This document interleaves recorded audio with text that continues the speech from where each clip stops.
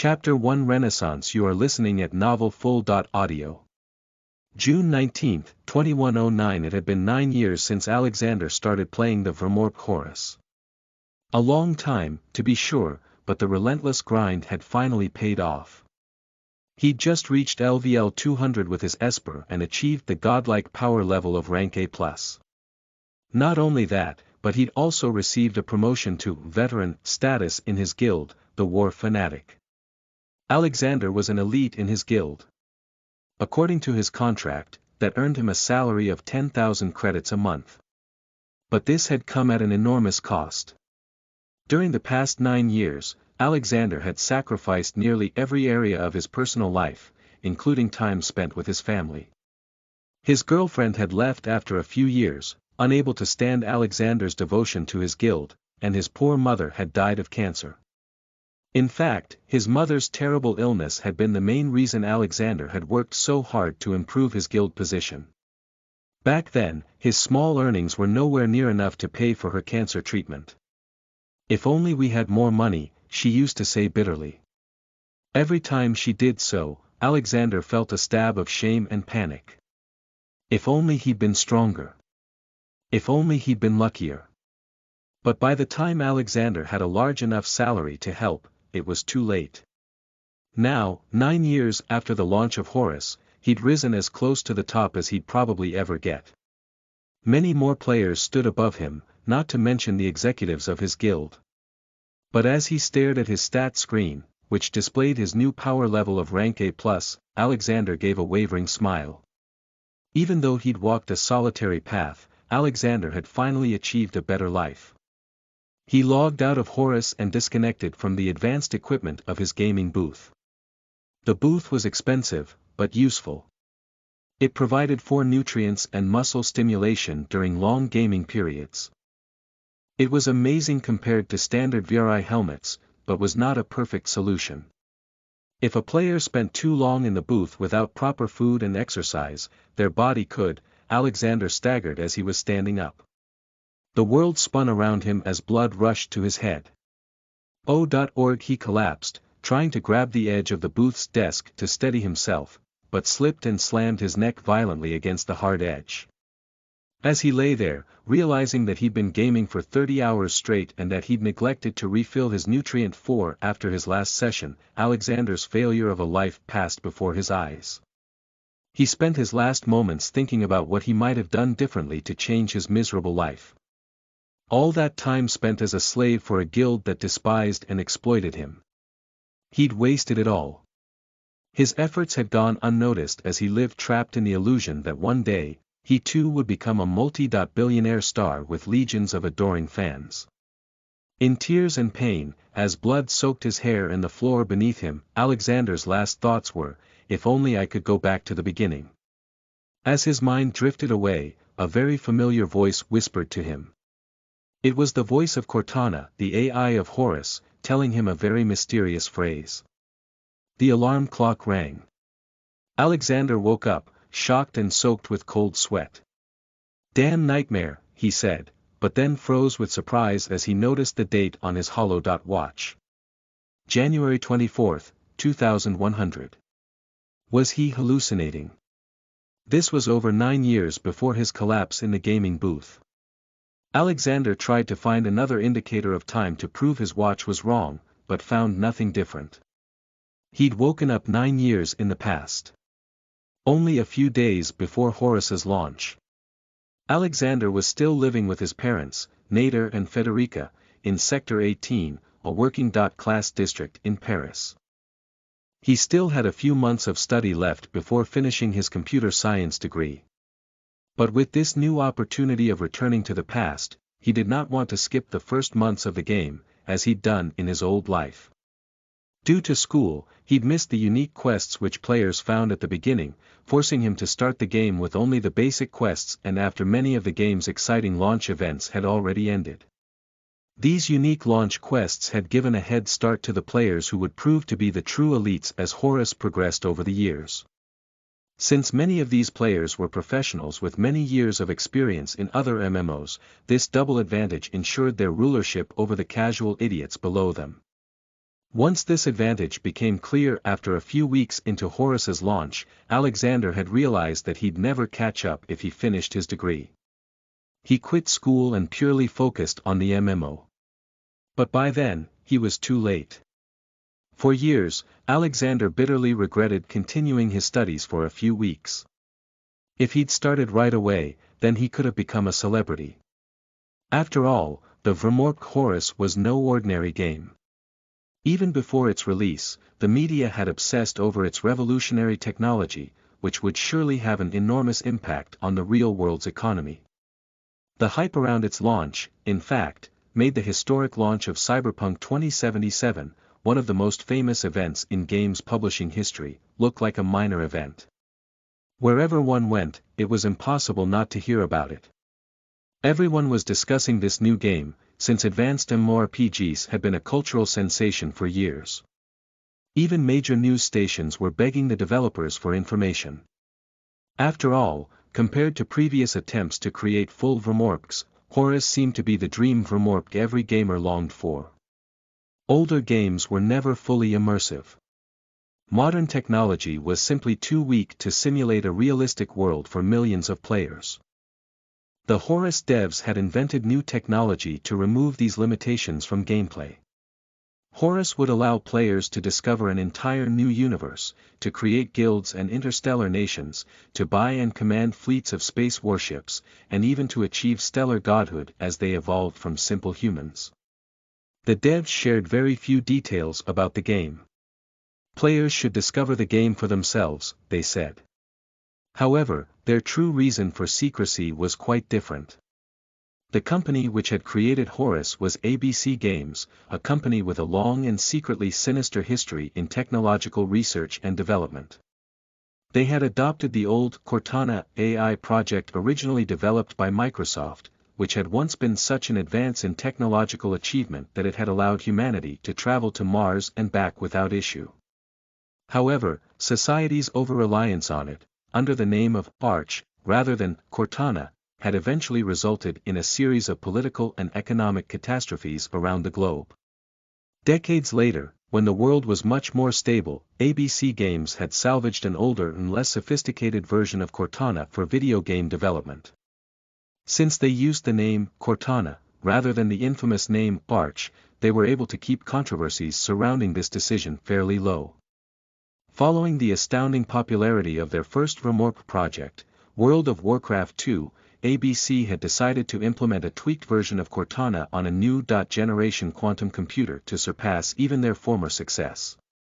This perfect fusion of technology, they knew, would allow them to create the world's most immersive and expansive Vermork with very little effort compared to the scope of the results. However, the developers assigned to Horus quickly lost control of their own project. Cortana evolved the game so rapidly that trying to mold Horus to the whims of the developers was like trying to divert a river by throwing handfuls of soil into it. Realizing that the game was out of their control, the developers proposed shutting down the project and trying again with many more restrictions placed on Cortana's algorithms. However, the developers themselves did not get to decide. ABC Games, realizing the potential wealth this monstrous game would bring them without the need for much ongoing development, ordered their employees not to destroy the malfunctioning AI. In fact, they did the opposite. ABC promoted Horus so much that they almost bankrupted themselves via advertising investments. After all, they would surely make back every credit spent 1,000,000 times over. Rich magnates tried to invest in Horus's economy, since it integrated into the real world like no other game before it, but Horus's publisher took legal measures to stop huge outside influences from controlling every aspect of the game before it even launched. Though these rich companies were now limited to supporting super guilds within an esports framework, many executives still raced to create smaller guilds, which would be more free from regulation, planning to use them as profit-generating machines. So one game practically became the center of the universe. On a frozen Earth where there was not much else to do but play games, it was an inevitable result. Major companies recruited far and wide just to lay a hand on the massive gold mine that the Vermork Horus. Chapter 2 Welcome back. In Horus you are listening at novelfull.audio. After recovering from the emotions of realizing that he had been sent 9 years into the past, Alexander began his plans to jump into Horus as soon as it was released. Of course, one of the first things that occurred to him was that he had a second chance now to save his mother. In his first life, she had caught her cancer late, when it was already in an advanced stage. At that time, the family had simply lacked the money to get her appropriate medical care. Alexander had an impulse to tell his mother to go to the doctor immediately, but this would do no good.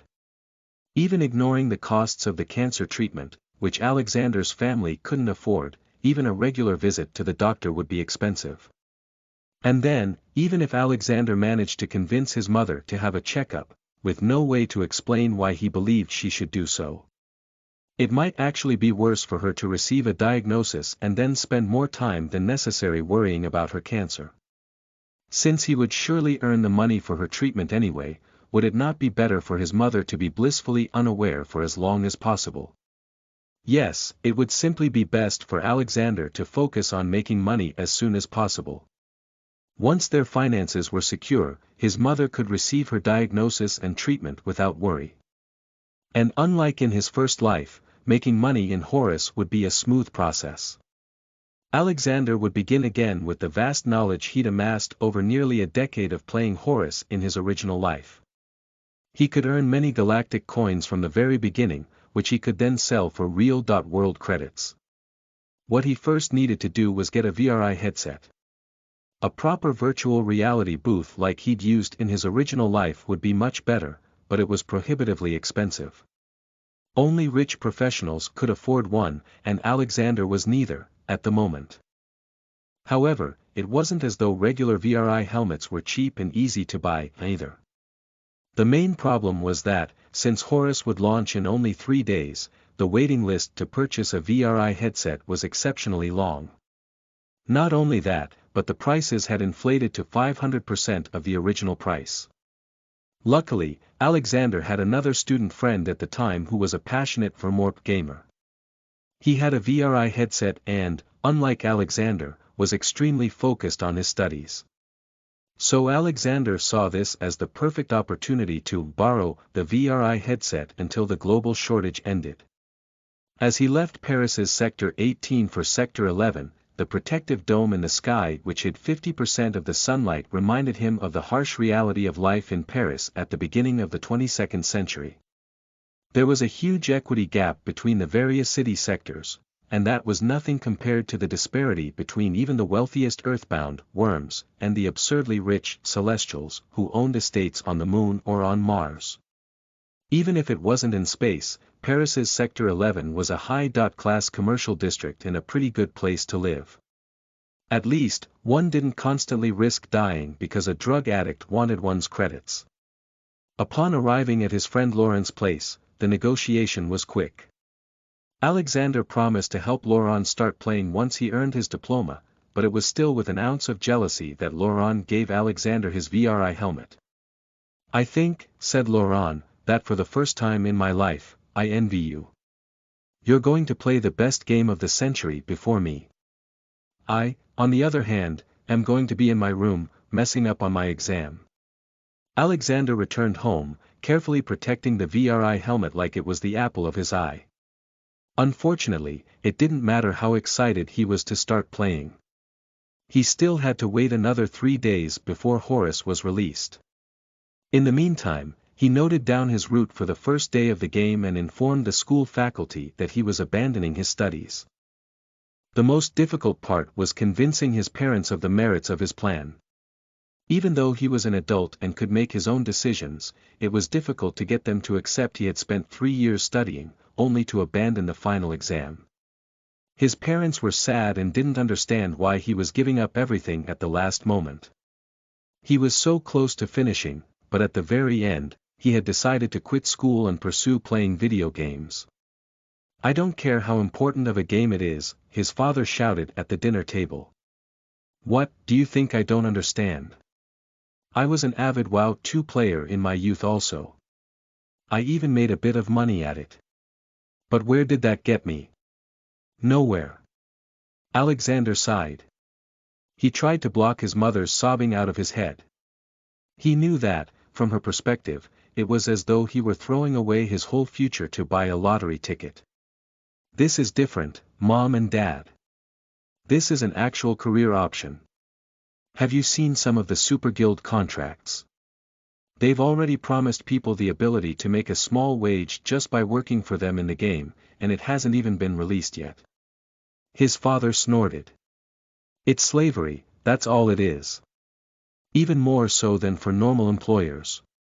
Yeah, don't think I haven't considered those contracts. They take a huge chunk of everything you earn. Not worth it. Perhaps, said Alexander, trying to be patient. But that just shows that even a single player does have financial value. Otherwise, these companies wouldn't be investing so much money into hiring people. His mother, Federica, couldn't help herself any longer. Oh, my son. Why couldn't this stupid game have come out a few months from now, instead of during exams?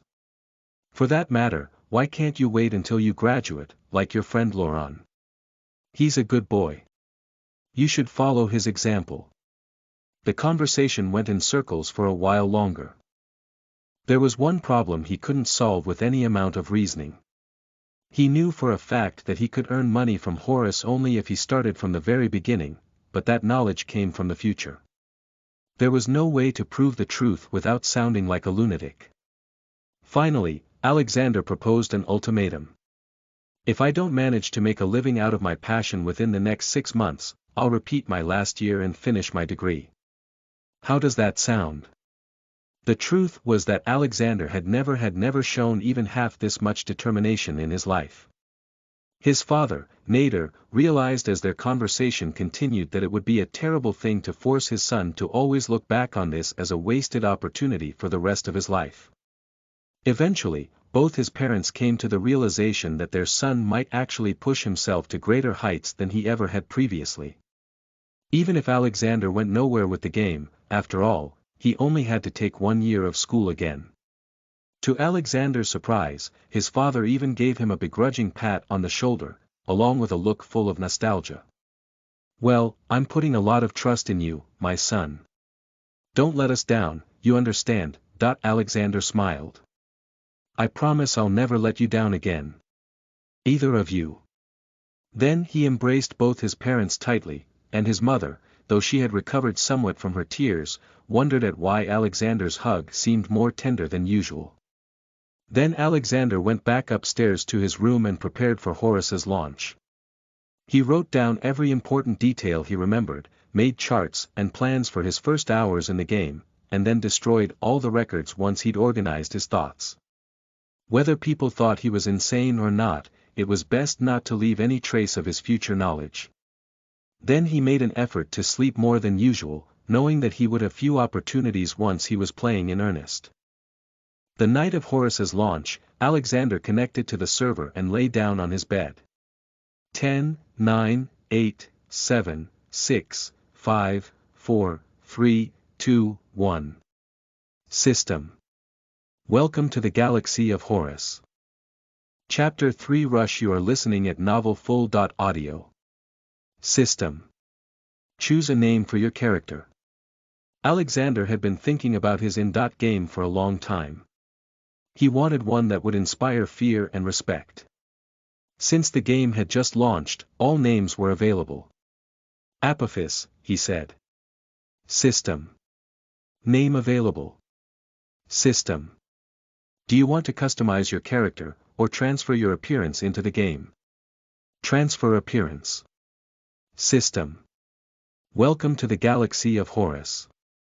Apophis's vision gradually cleared, and he saw the starting area as thousands of players appeared at the same time.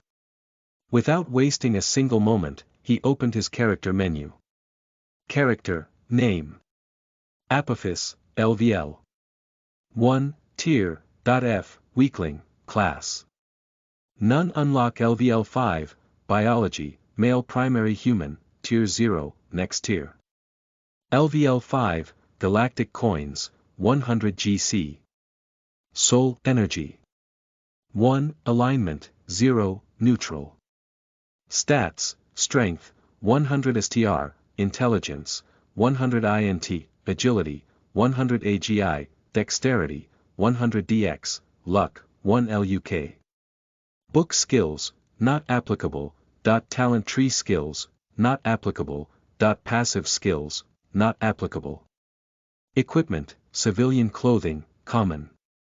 Summary: you are a basic life form, completely unexceptional, like the hundreds of billions of your kind across the universe. Apophis closed the character menu and switched to the political menu. Policy, stellar year, 7099, galactic sector, distant suburb, novice difficulty, stellar faction, United Federation of Planets, planet, era, biome, Gaia, continent, Teresa, country, Republic of Taio, city, Mara. Hell no, he scoffed. Unfortunately, there was nothing egalitarian about the way players spawned in Horus. New players would always arrive on the planet named Era, but they could spawn in any number of towns and cities. A small handful of these were very useful to start in, because they provided useful quests and monsters which were easy to grind. Mara was certainly not one of these ideal starting towns. In fact, the closest zone which was actually worth questing in was 2 days of walking away, according to Apophis's memories. Horus simply didn't care about creating equal opportunity for all players, so Apophis would need to create his own advantage. And unlike all the other players spawning around him, Apophis knew exactly how to overcome this setback. As Apophis stood in thought, everyone around him was bursting with excitement about this new game and babbling all at once on the town chat. Some players were undressing, some were attacking NPCs, and others were rushing towards any available quests. All this chaos was worsened by the constant appearance of new players.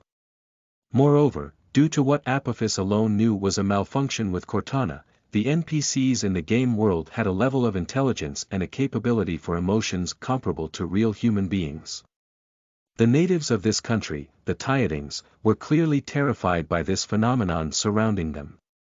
NPCs quickly fled in any direction they could, causing even more panic as players chased them down to receive quests. This same event was happening all over the planet, and the NPCs would later name it, the Advent of the Eternals. Apophis didn't concern himself with all this. Each player started with a small amount of money, and he could use it to buy a cab ride to the quest location he wanted. This would cut down his travel time from 2 days to only a few hours. So rather than buying his first gun, like most players, Apophis instead rushed to the first cab he saw. Of course, Apophis was only able to do this because of a peculiar cultural quirk of the rural Tiadings. They had once been a rigid military people, but many years of uninterrupted peace had allowed peculiar, pacifistic philosophies to rise among the Tiadings. Though it seemed baffling to anyone who wasn't a part of the culture, the Tiadings simply couldn't fathom that all the Eternals might be murderous sociopaths simply because some of the Eternals were attacking their friends and neighbors without cause.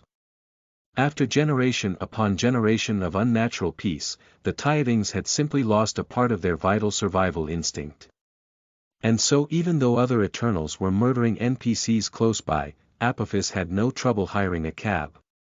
"Say no more, boss," said the cab driver, looking in terror at the chaos on the streets. "I'm more than happy to take you as far away from here as possible if you've got the coin." So Apophis paid, settled back, and enjoyed the ride. Along the way, he examined his status menus again, looking at the list of nearby NPCs who gave regular quests. None of them were worth doing compared to unique quests, and he saw nothing that sparked his memories of useful unique quests from his first life. "Oh well," he thought. "I guess I'll just settle for that one scorpion found.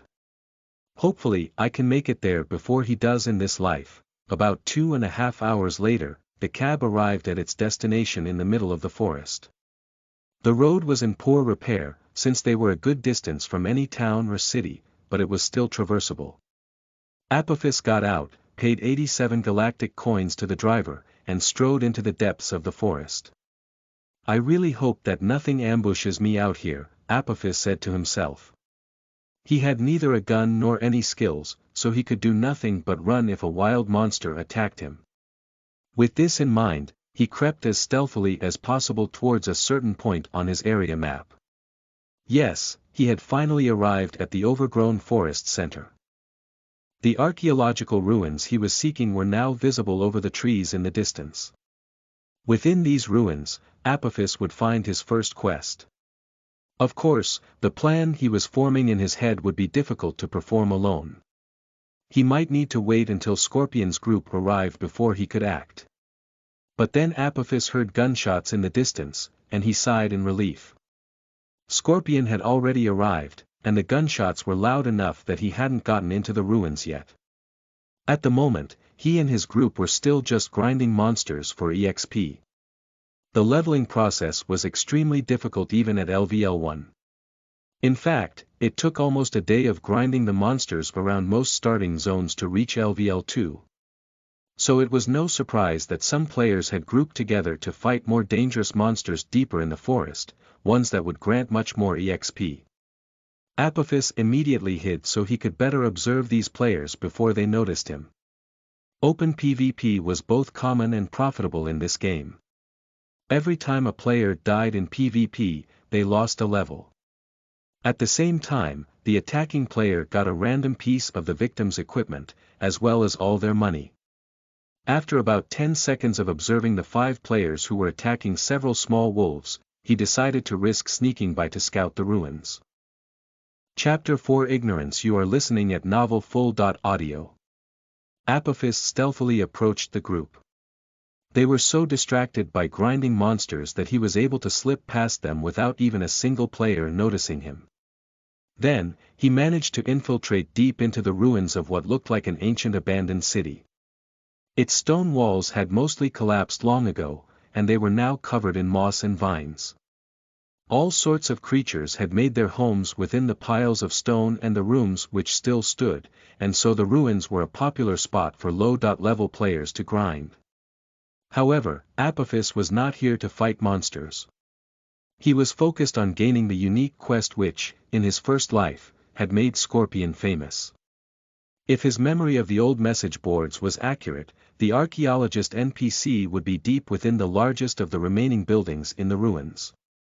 Once inside, Apophis found the archaeologist inspecting a very faded engraving on the wall.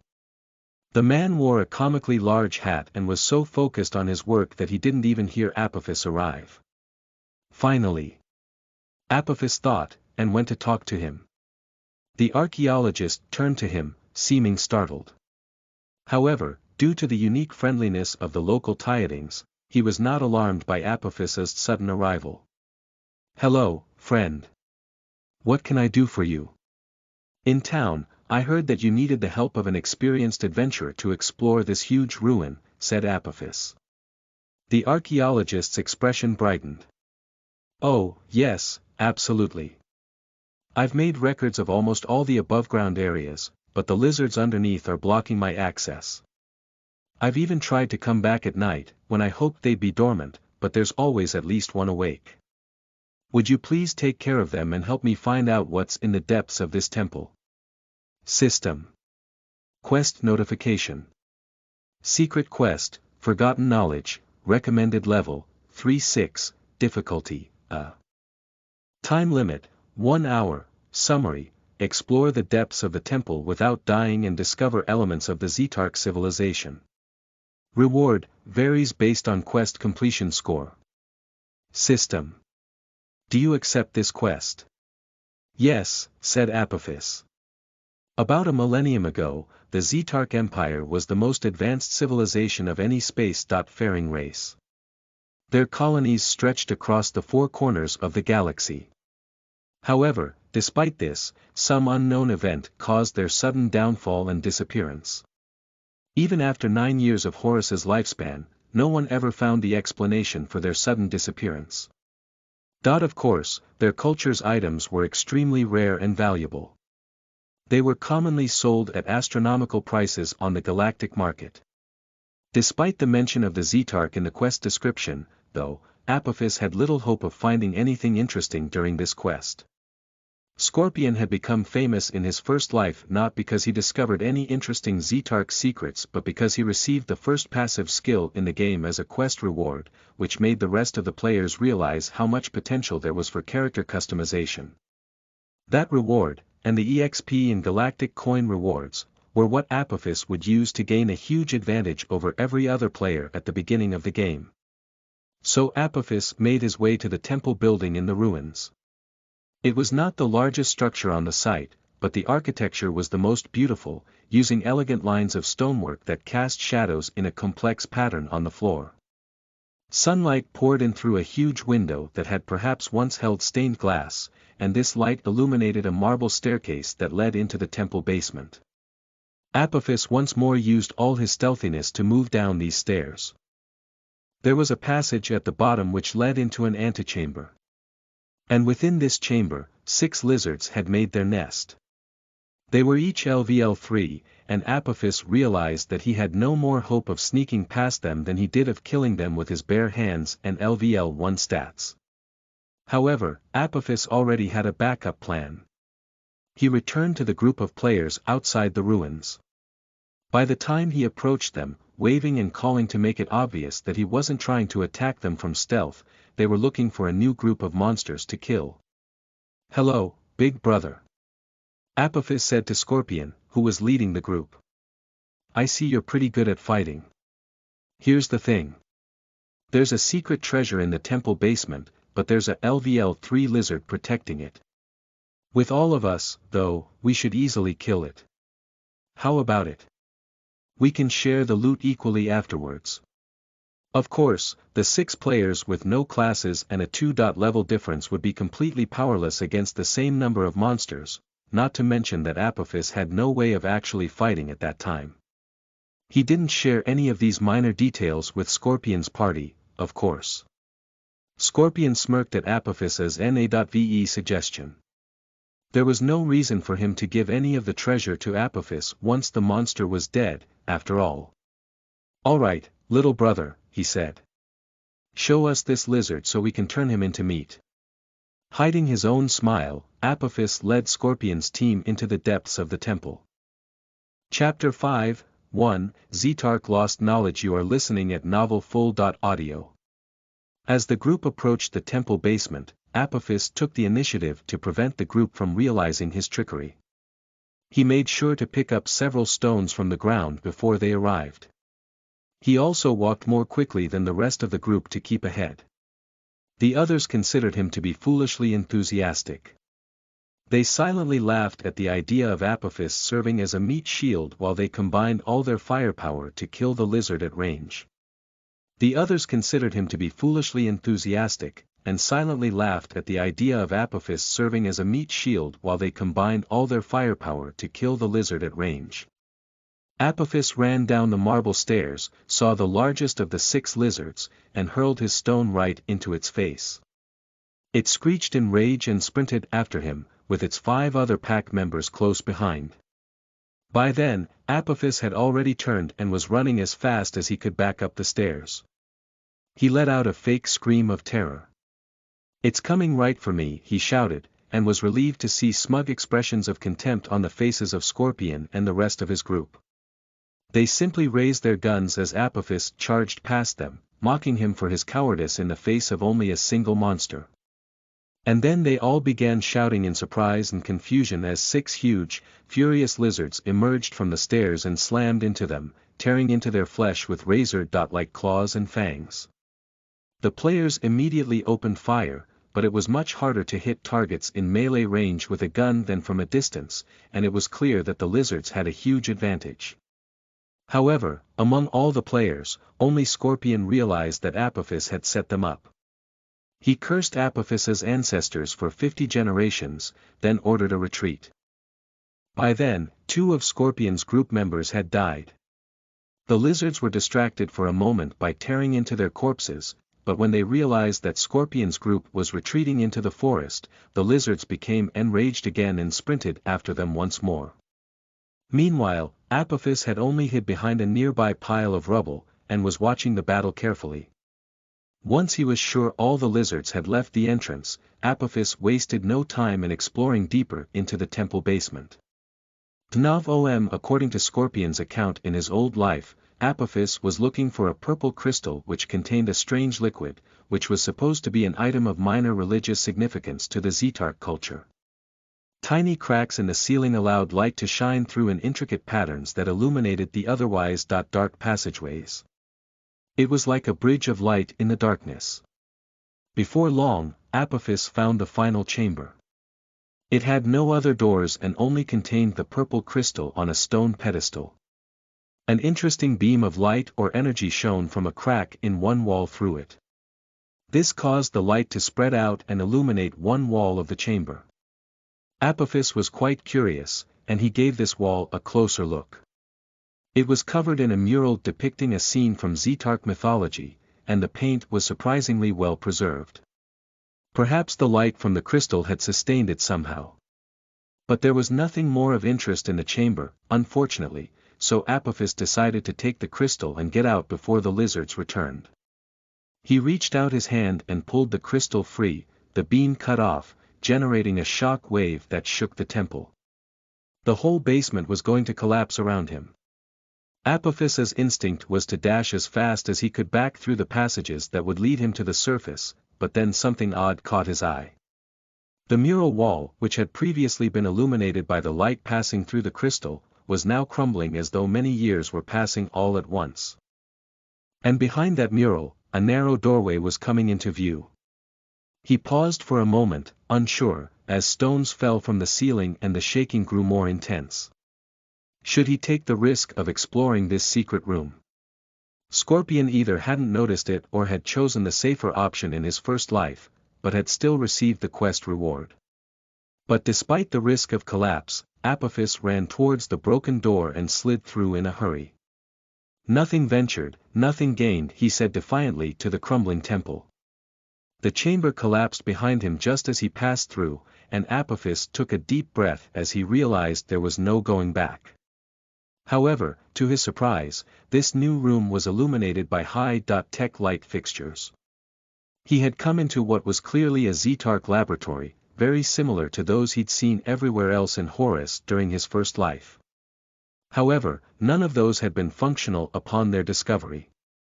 This one seemed to still be fully powered. Just as in all the former Zetarch labs, Apophis noticed a shelf containing several books among the various pieces of lab equipment and other machines. Upon quick inspection, he found many scientific books, but also two that were considerably more interesting. These two books were, in fact, manuals describing Zetarch combat arts. This kind of skill book was a real goldmine for the beginning of the game. Skill book, Fast Reflexes, Sniper, Rare, Summary, allows one to more easily line up killing blows and avoid enemy attacks. Effect, 1, slows time by 20% for 10 seconds. Upgrade cost, 30 skill points, Skill book, Chaos Flame, Esper, Rare, Summary, a particularly corrosive flame, very difficult to extinguish and heal.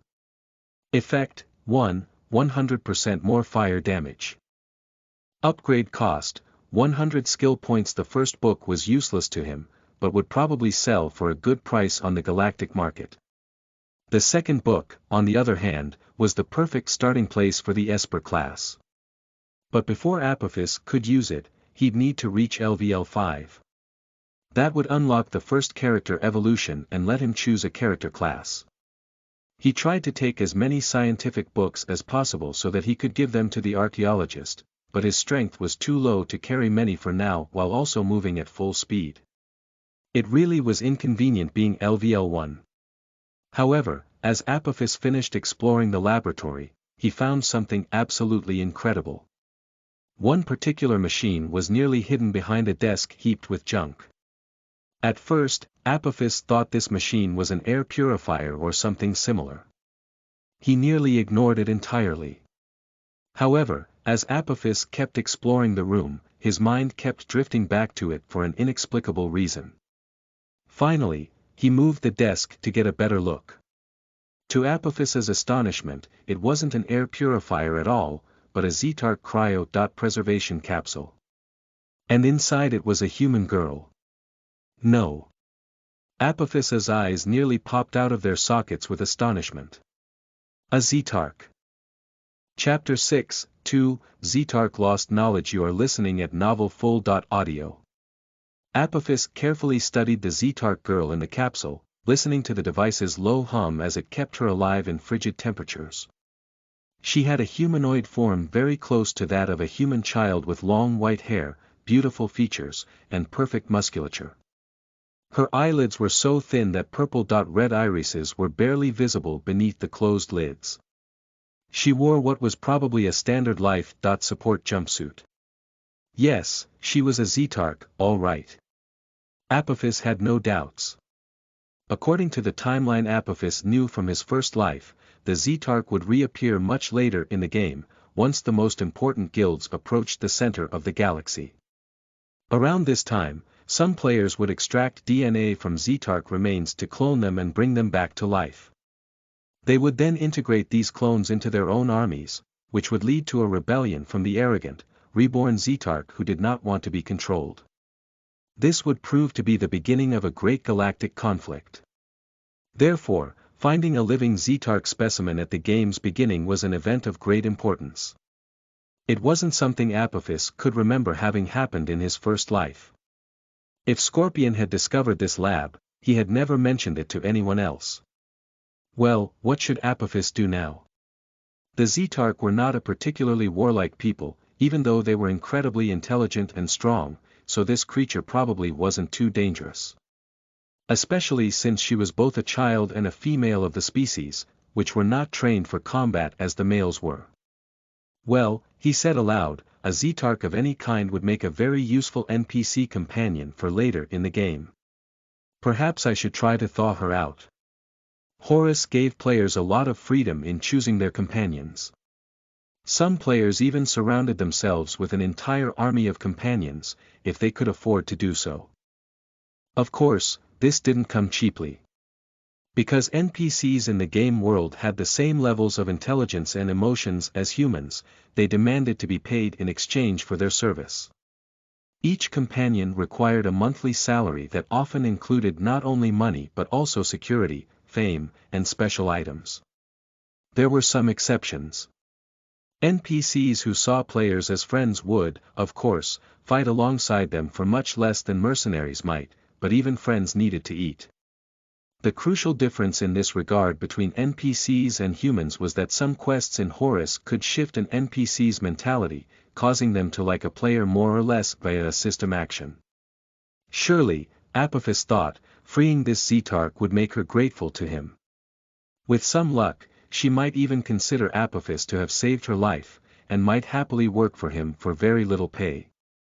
However, beyond the possibility of gaining a powerful companion, Apophis had one more option. Rather than releasing and recruiting this Zetark, he could disconnect the preservation capsule's power supply.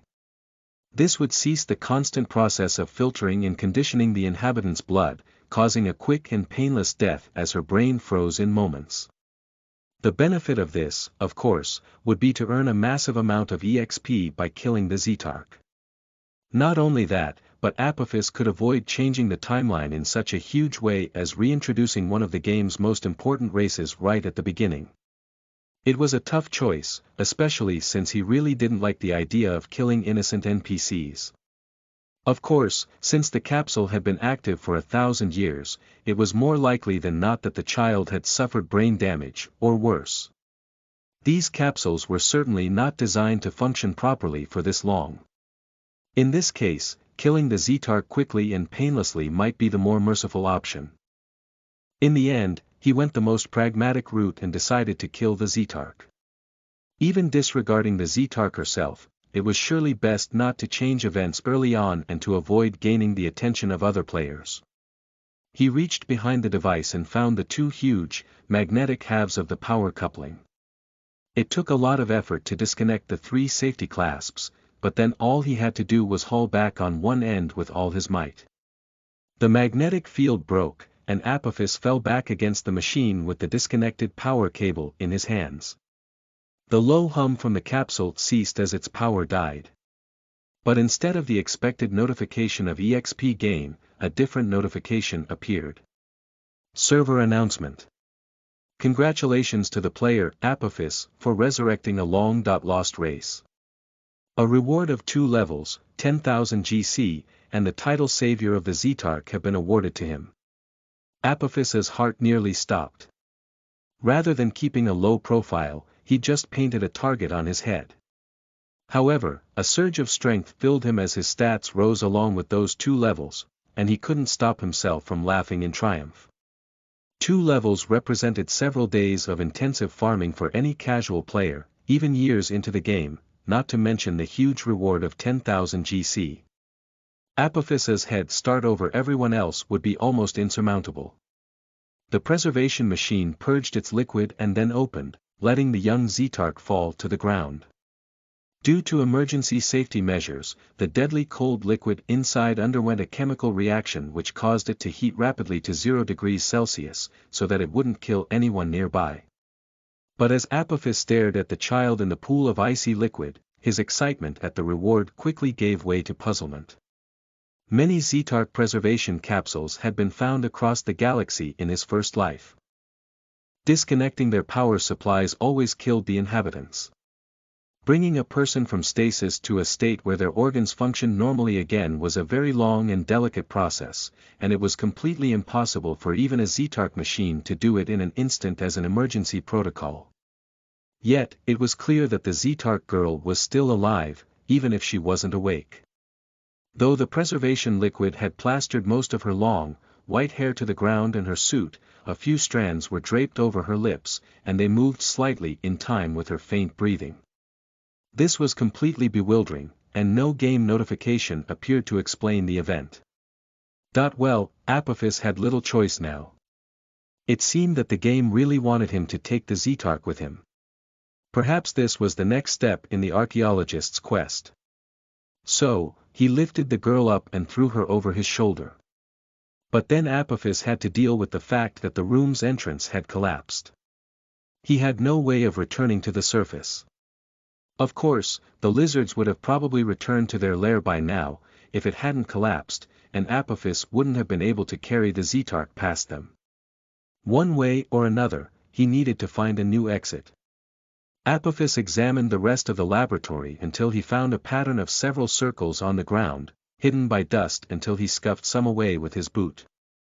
He recognized this pattern as a Zetarch teleporter relay, probably placed here in the event an evacuation like this was needed. Apophis stepped into the center of the circles with the girl over his shoulder and pressed the command key he found nearby. He wanted to carry more of the scientific Zetarch books with him, but he was already overburdened by carrying the child in addition to what was already a small library of books in his inventory. With his current strength, Apophis could hardly lift his hand to press the command key on a nearby keyboard, which had started flashing when he stepped into the circles. Perhaps he could come back later. But he did press the activation key, and a flash of white light blinded him. When he opened his eyes, Apophis found himself in the forest, not far from the Zetarch ruins. Thankfully, neither Scorpion's group nor the deadly lizards were in sight. Chapter 7 I am special. You are listening at novelfull.audio. Apophis quickly opened his map. He had to get to the ruins. His quest timer showed less than 10 minutes before the mission deadline. He left the Zetarch child on the ground and ran as fast as he could. He arrived at the temple just in time. Once he found the archaeologist, thankfully, the lizards were in the basement and he didn't have to sneak past them again. Apophis turned in the quest system. Congratulations on completing Rank A quest, Forgotten Knowledge. Final grade. A+ reward.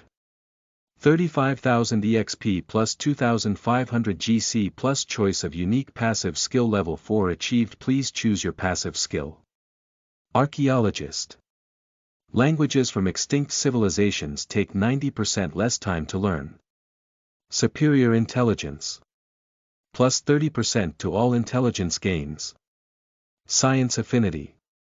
Gain a special affinity for science. Not exactly a simple choice. Apophis hesitated between the first and the second options, as the third was much too vague for his liking. On one hand, intelligence was a very useful stat. It allowed characters to access more skills on the talent tree, which was especially important for Esper, the class he had been in his former life and which he intended to take again. However, there were many other ways to gain intelligence boosts in Horus. On the other hand, Apophis had a dozen Zetarch books in his inventory. They would surely contain vital information, and Apophis really couldn't spare the time to acquire the Zetarch language normally. In Horus, learning languages took an extremely long period of sitting and studying a text written in that language. The older and more complicated the language, the harder it was to learn. Zetarch was, of course, both ancient and intricate. So, to maximize his early head start, Apophis decided to pick Archaeologist. He opened up the character interface. Character, name. Apophis, LVL. 4, tier. F+, weakling. Class. None, unlock at LVL 5, biology. Male primary human. Soul, energy. 1, alignment. 50, neutral. Stats, strength, 140 STR, intelligence, 140 INT, agility, 140 AGI, dexterity, 140 DX, luck, 1 LUK. Book skills, not applicable, talent tree skills, not applicable, passive skills, archaeologist. Equipment, galactic coins. 12,523 GC, civilian clothing, common.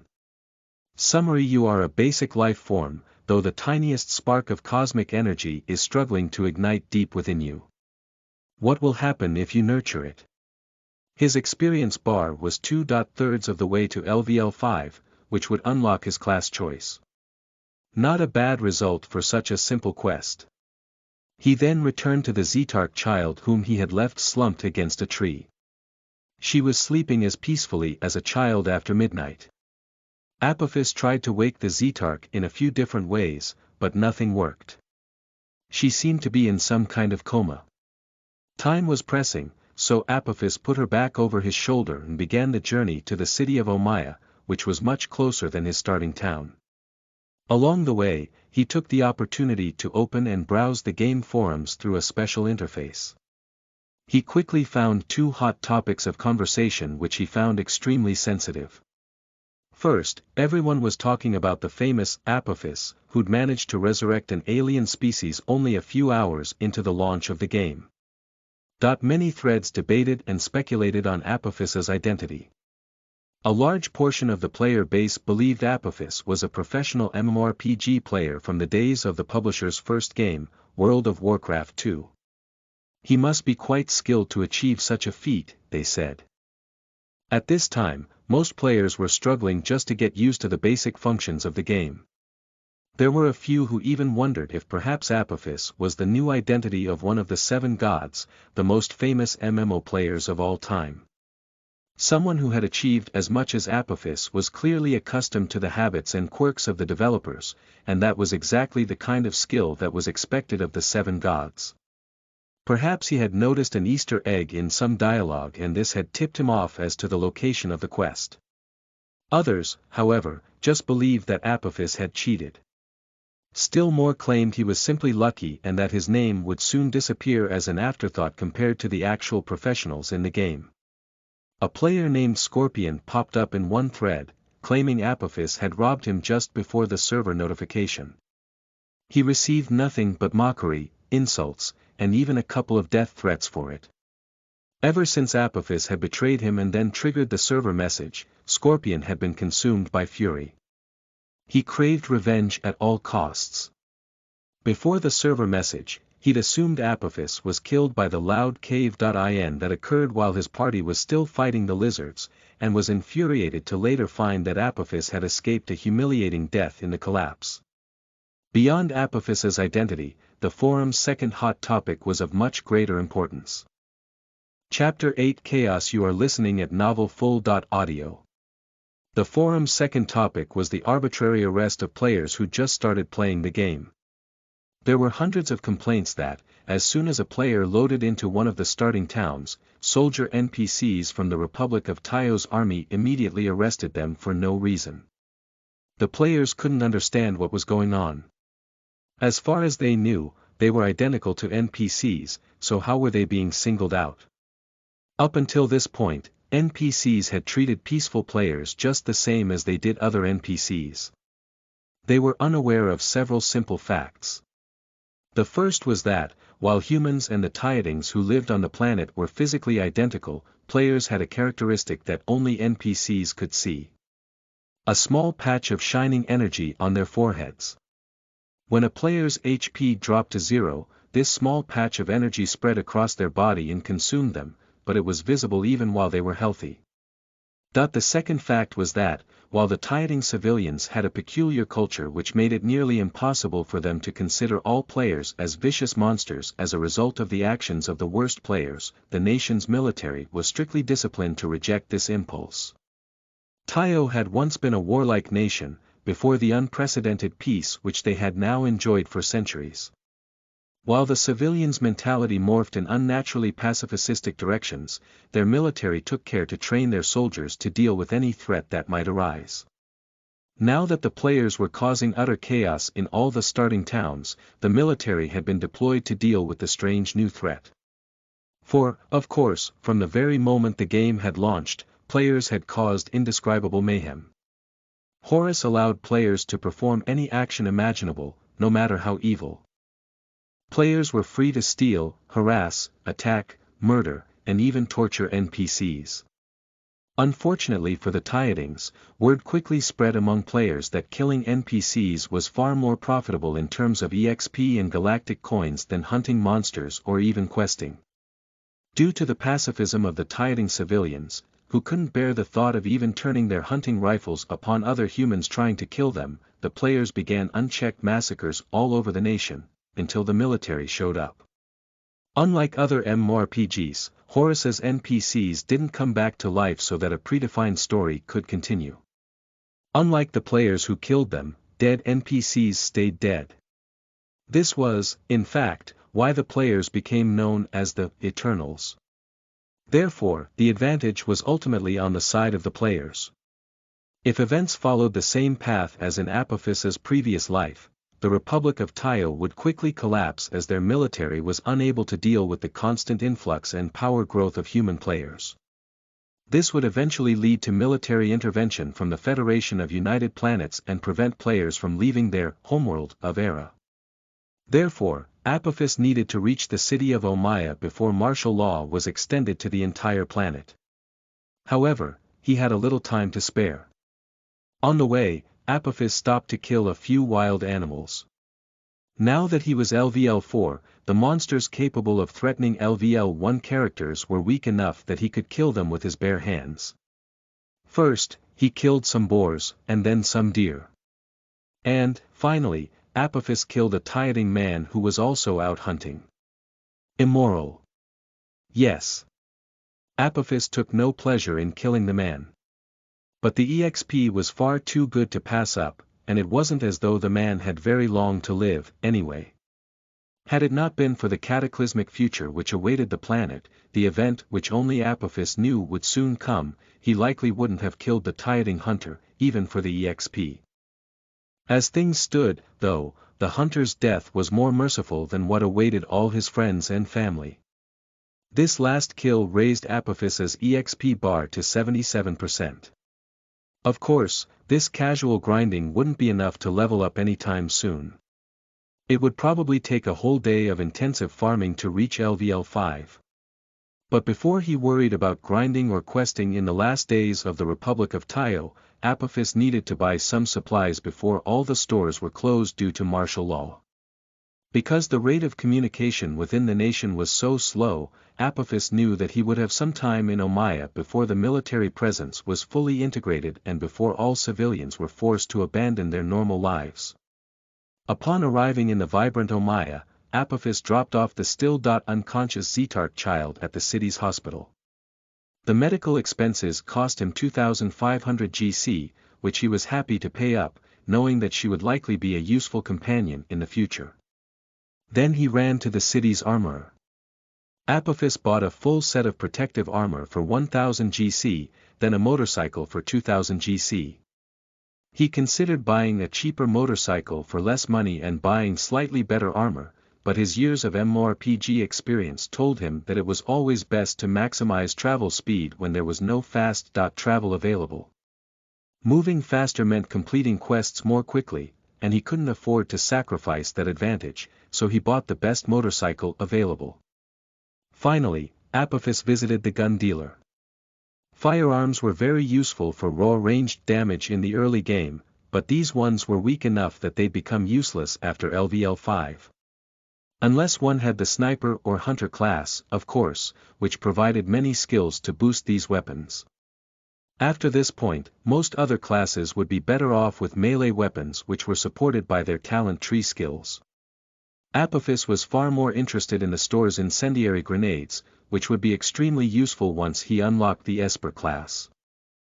Apophis bought 50 of them at 100 GC each, leaving him with 2023 GC.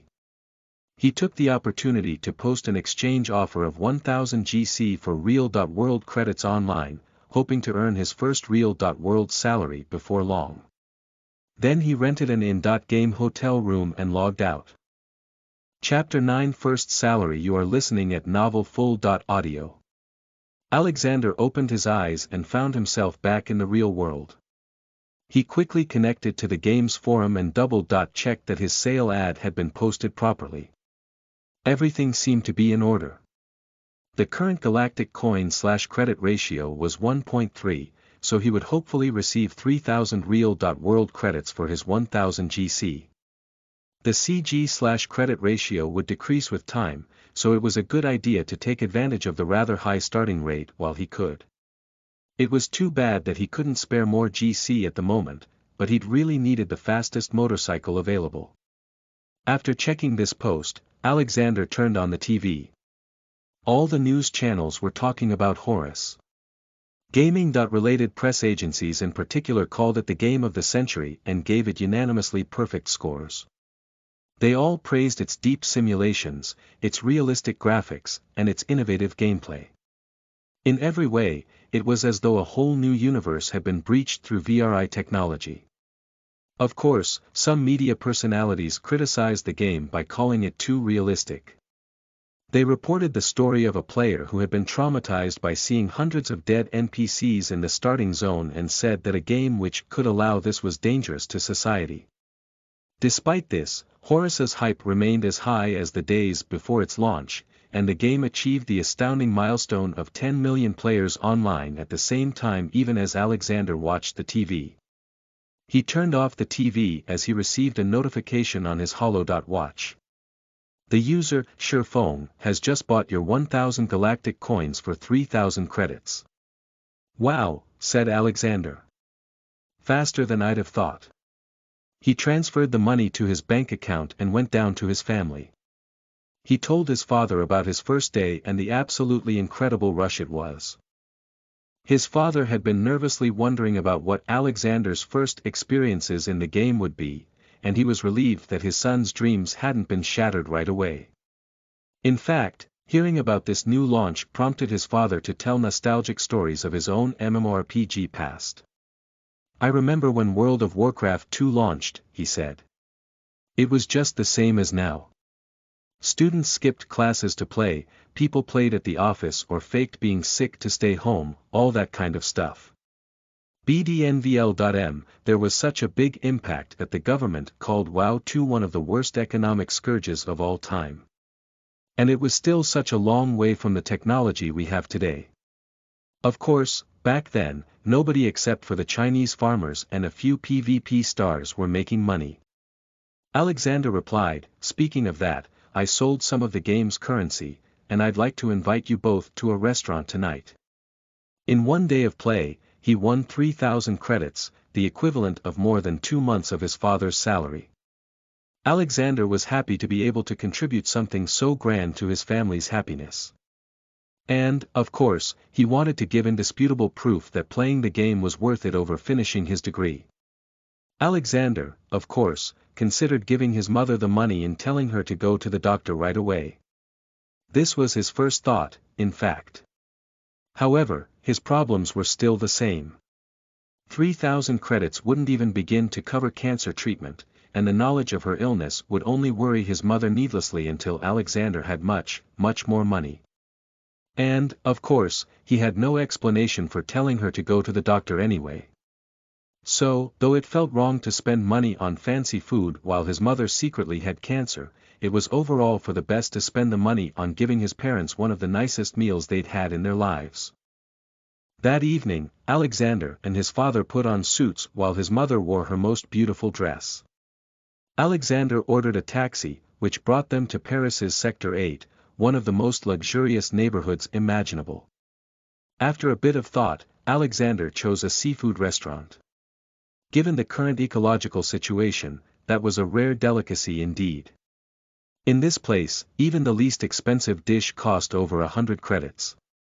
Though Alexander's words had shocked them before, somehow his parents didn't realize the full reality of his earnings until the elegant restaurant surrounded them. At that point, Nader, Alexander's father, decided that he also wanted to play Horus. After all, if even someone like Alexander could earn so much money, surely a man with Nader's veteran MMORPG experience would do at least 10 times better. All in all, the evening was very pleasant. Once they returned home, Alexander logged into eBay to see the current prices of VRI gear. Unfortunately, the prices had increased again. A VRI helmet's base price was now 10,000 credits.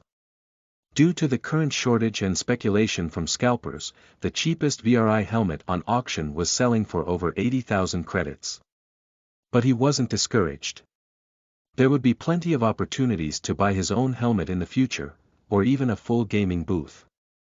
Instead, he ordered some vitamins designed for VRI players. MMORPGs often required players to stay several days without moving, which could cause health problems.